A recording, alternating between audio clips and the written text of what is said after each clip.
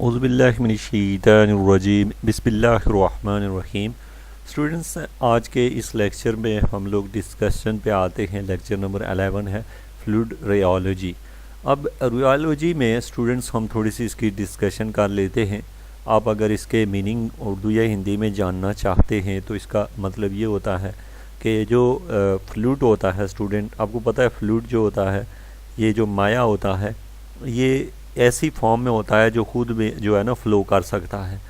अब स्टूडेंट हम रियोलॉजी के अंदर हम ये डिस्कस करेंगे कि हमेशा आप किसी भी थीसिस के अंदर, रिसर्च के अंदर जब ये वर्ड देखेंगे तो इसके मीनिंग ये होंगे कि कोई सॉलिड चीज़ है या लिक्विड शेप में कोई भी चीज़ है अगर, तो उसको वो चीज़ जब लिक्विड फॉर्म में होगी तो उसकी क्या मतलब प्रॉपर्टीज़ होंगी, उसको हम स्टडी कैसे करेंगे, कुछ इस तरह की जो डिस्कशन है वो इस टॉपिक के अंदर की जाती है।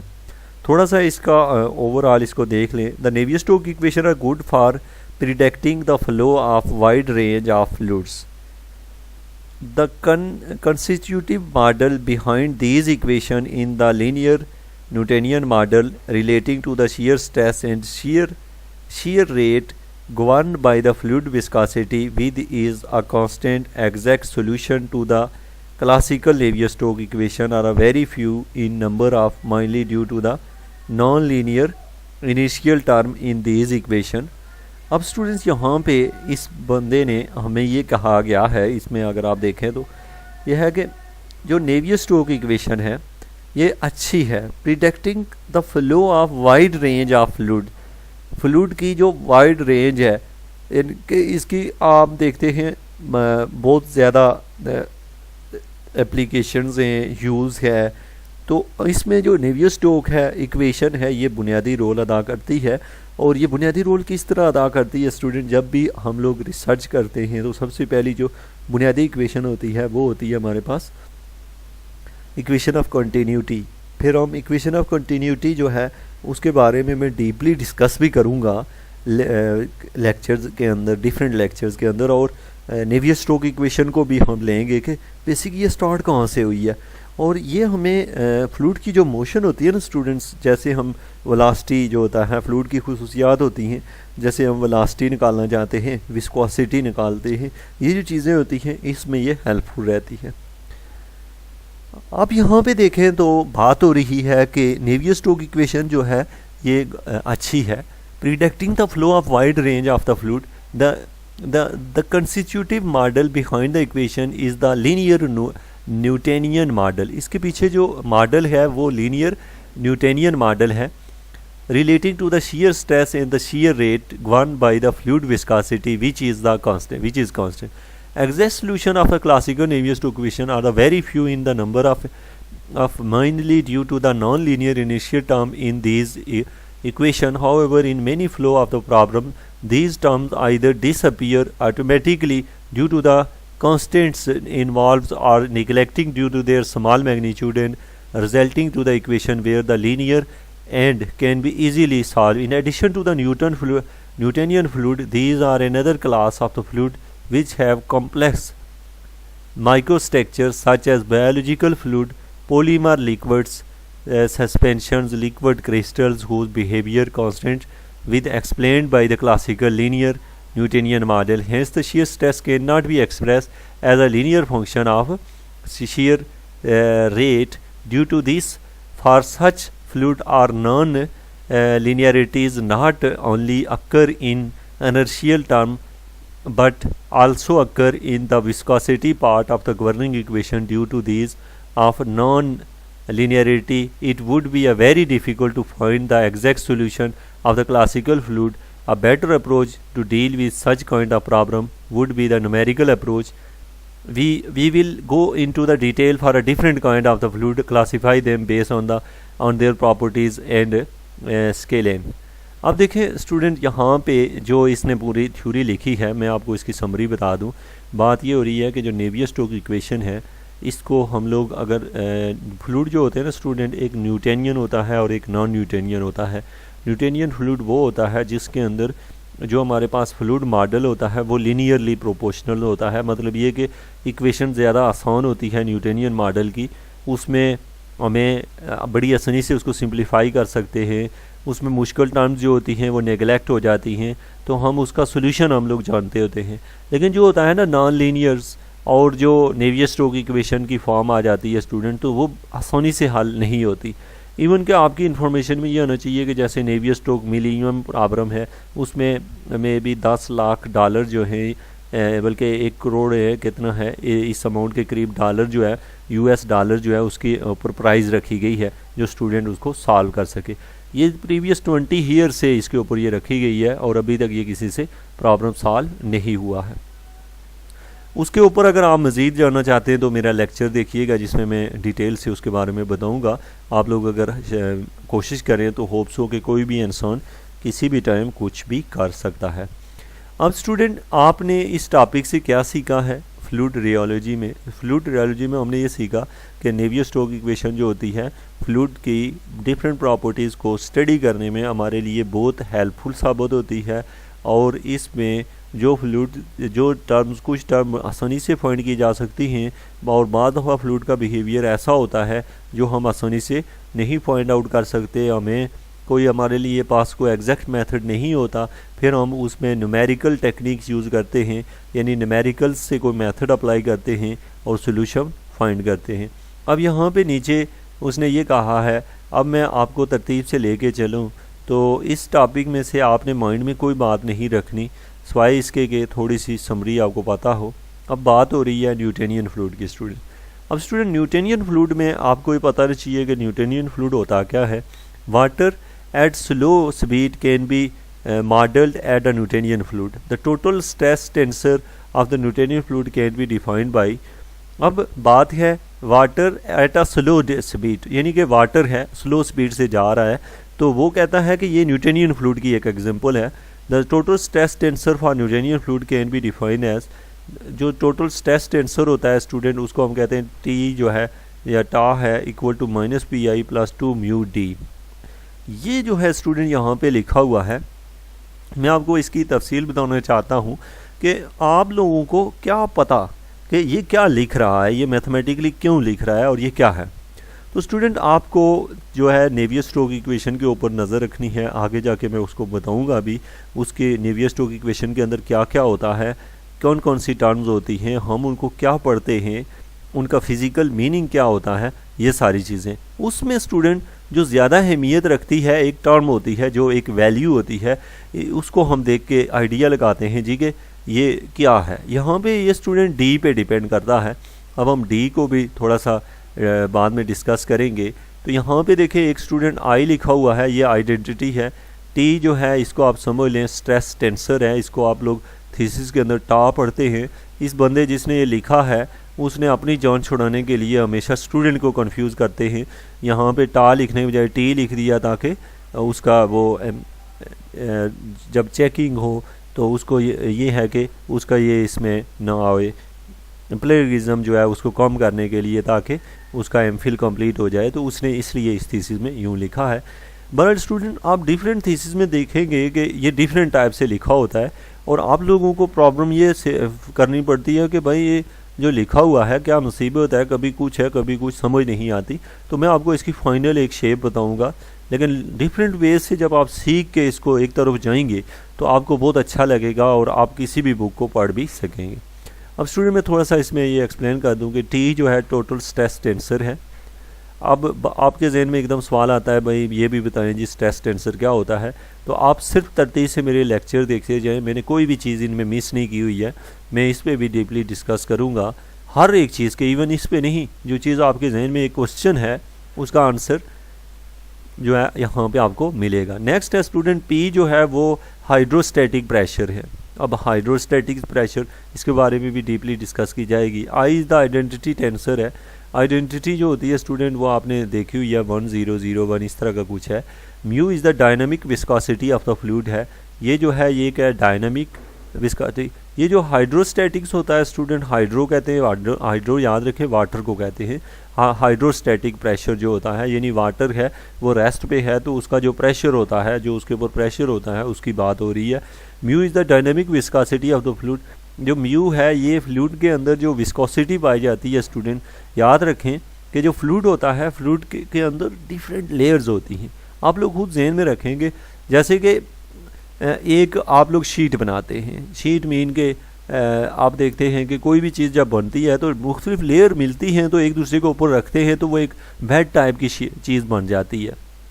यानी आपने आपको एक चादर दे दी जाए और आपसे कहा जाए कि आपने इससे एक ऐसा रज़ाई बनानी है जो आपने सर्दी के लिए इस्तेमाल करनी है, तो स्टूडेंट आप एक चादर के ऊपर दूसरी चादर, दूसरी के ऊपर तीसरी, चौथी चादर रखेंगे। अब हर चादर के दरमियान में स्टूडेंट क्या मौजूद होगी? फ्रैक्शन होगी। जब आप उनको आपस में स्लिप करेंगे, एक दूसरे से खींचेंगे, दरमियान में फ्रैक्शन मौजूद होगी। इस तरह फ्लूइड जो होता है वो पतली पतली लेयर्स होती हैं, उन लेयर्स के दरमियान जो होता है स्टूडेंट वो क्या होती है? फ्रैक्शन होती है। और वो जो फ्रैक्शन होती है उसको हम लोग कहते होते हैं कि जी ये क्या चीज़ है? फ्लूइड की लेयर के दरमियान जो फ्रैक्शन है उसको हम लोग विस्कोसिटी का नाम देते हैं। D is the symmetric part of the velocity gradient. D जो होता है स्टूडेंट ये symmetric part of the velocity gradient है। अब ये सिमेट्रिक पार्ट क्या हुआ स्टूडेंट? सिमेट्रिक का मतलब आप लोग समझते हैं, जैसे कि आप इसमें ये कह सकते हैं कि A जो है वो A के इक्वल है, B B के इक्वल है, यानी आपको पता है 2 2 के इक्वल होता है, 4 4 के इक्वल होता है। तो सिमेट्रिक ग्रेडियंट, अब बात आई है ग्रेडियंट की, तो वेलोसिटी ग्रेडियंट की। तो ग्रेडियंट क्या चीज़ होती है स्टूडेंट? आप जहन में रखें, आपका ग्रेडियंट जो है ये क्या है कि एक आपकी डेरिवेटिव है, मीन एक चेंज है, वेलोसिटी के अंदर चेंज है। अब उसके बाद स्टूडेंट हम लोग इस मॉडल को जो कि डिफरेंट थीसिस से, अभी मैं जो कि 4 थीसिस जो होंगे इन लेक्चर्स में डिस्कस करूँगा, और आपको इनको देखने के बाद आप लोग रिसर्च की तरफ बढ़ेंगे तो आपके कुछ क्वेश्चनों के आंसर आपके पास होंगे, और कुछ जो होंगे आप नेक्स्ट लेक्चर 30 से 40 तक देखेंगे तो वो आपको जहन में आएंगे। उसके बाद स्टूडेंट नॉन न्यूटोनियन फ्लूइड है, all those fluid which for which the graph plotted between the shear stress and the shear rate. अब ये क्या चीज़ है जी? एक आ गई जी shear स्ट्रेस, दूसरा आ गया जी shear रेट। तो अब हम अगर इनकी बात करें shear स्ट्रेस और shear रेट की, तो यहाँ पे हमारे पास है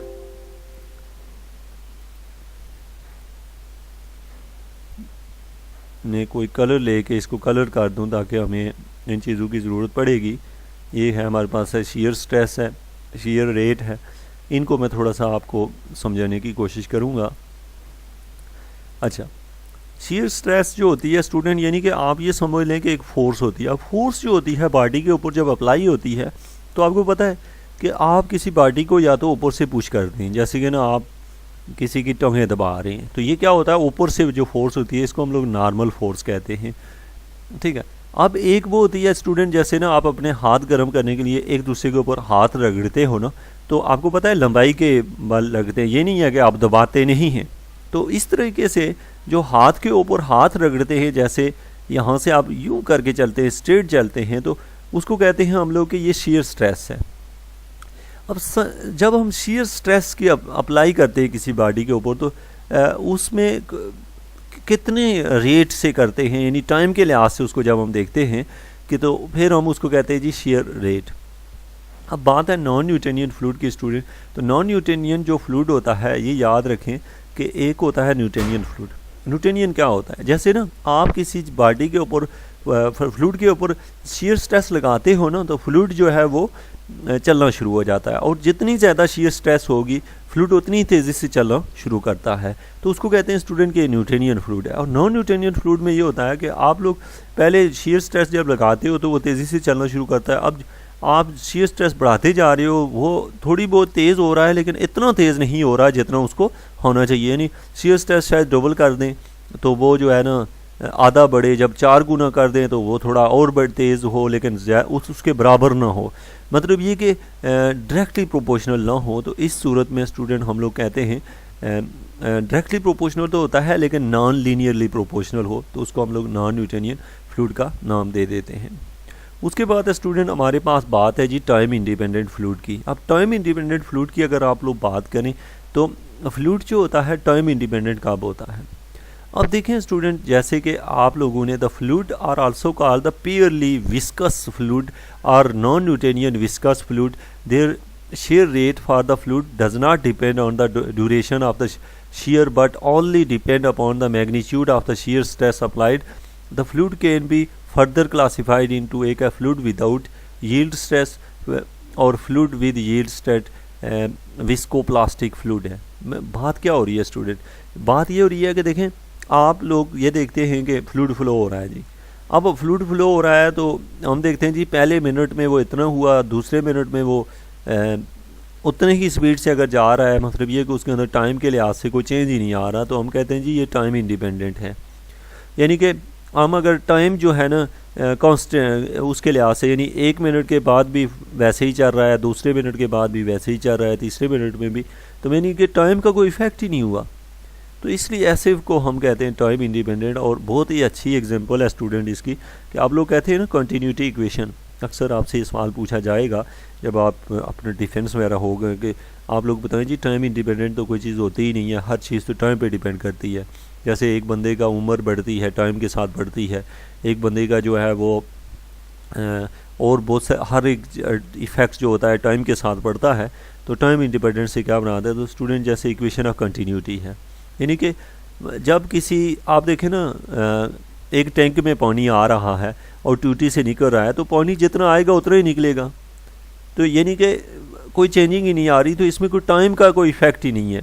यानी ये नहीं है कि जी 2014 में जो है ना ज़्यादा पानी पीछे से कम पानी है, आगे से ज़्यादा निकल गया टाइम की वजह से, लेकिन नहीं, जितना आता है उतना ही बाहर निकलता है। तो इस तरीके से ये इसकी एग्जांपल है। उसके बाद है यहाँ पे स्टूडेंट बात और ये शीयर थिनिंग फ्लूइड की।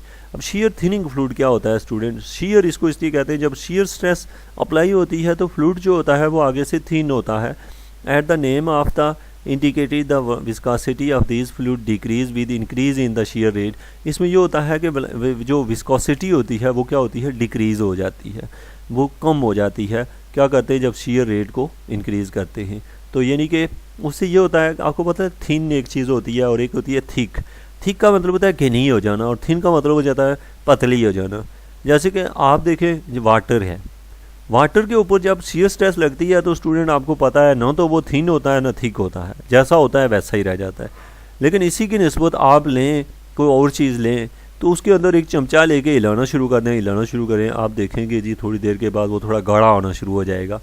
ये ऐसी चीज़ जो बाद में गाढ़ी होना शुरू हो जाती है उसको कहते हैं कि ये क्या हुआ, थिन हो गया है, कि इसके अंदर शीयर स्ट्रेस लगने से उसके वो गाढ़ा होना शुरू हो गया है। और कुछ चीज़ें ऐसी होती हैं जैसे कि आप लोग देखते हैं यहाँ पे उसने लिखा नहीं है, एक शीयर थिनिंग होता है और एक शीयर थिकनिंग होता है। जो शीयर थिकनिंग फ्लूइड होता है स्टूडेंट वो होता है जिसमें आप जब उसको हिलाना शुरू करते हो ना तो वो पतला होना शुरू हो जाता है। मतलब ये कि पहले ज़्यादा गाढ़ा था, उसको हिलाना मुश्किल था, बाद में वो क्या होना शुरू हो जाए, पतला होना शुरू हो जाए। ऐसे बहुत सारे फ्लूइड आपने देखे हुए हैं। तो ये सारा का सारा स्टूडेंट फ्लूइड की जो प्रॉपर्टी थी विस्कोसिटी उसकी वजह से ऐसे होता है।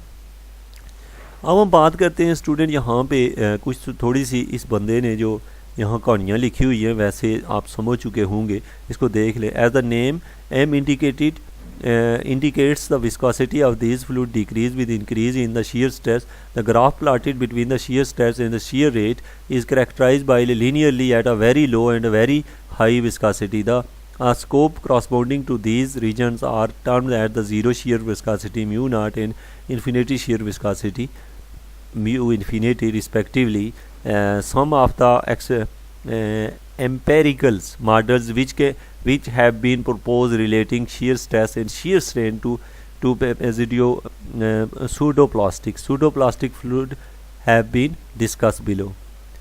अब यहाँ पे स्टूडेंट आपसे ये पूछा जाए जी कि ये जो होता है जैसे सूडोप्लास्टिक है ये क्या होता है, सूडोप्लास्टिक फ्लूइड। स्टूडेंट जो सूडोप्लास्टिक होता है इसी चीज़ को हम लोग shear thinning कहते हैं, उसका दूसरा लफ्ज़ जो है उसको हम सूडोप्लास्टिक का नाम देते हैं।